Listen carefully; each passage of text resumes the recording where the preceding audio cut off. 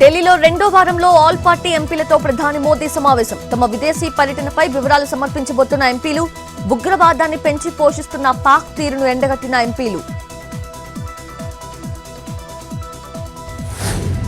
BRS BJP ఒక్కటే అని కేసీఆర్ కూతురే చెప్పారు.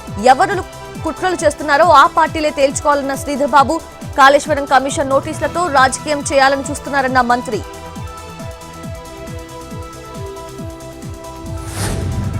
కవిత బీజేపీ వదిలిన బాణం. చిట్చాట్లో మధు యాష్ కి సంచలన ఆరోపణలు.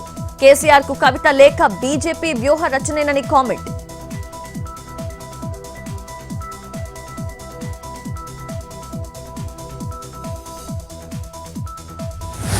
మరో 2 రోజుల పాటు అమెరికాలోనే ఉండబోతున్న కేటీఆర్. ఈ నెల 5న హైదరాబాద్ కు రానున్న మాజీ మంత్రి.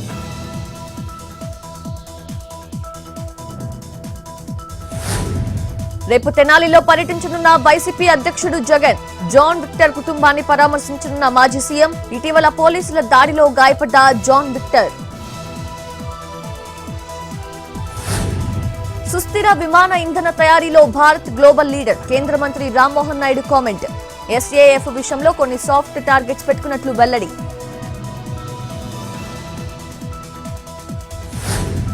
తిరువురు మున్సిపాలిటీని కైవసం చేసుకున్న టీడీపీ. ఎన్నికైన కొలికపోగు నిర్మల.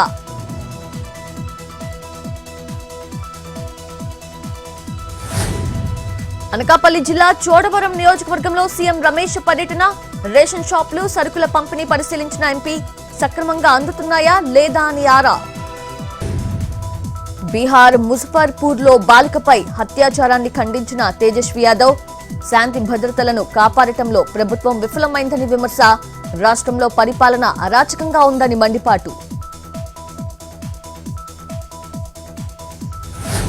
భారత్లో కార్ల తయారీకి టెస్లా ఆసక్తిగా లేదు. షోరూంల ఏర్పాటుకు రెడీగా ఉందన్న కేంద్ర మంత్రి కుమారస్వామి.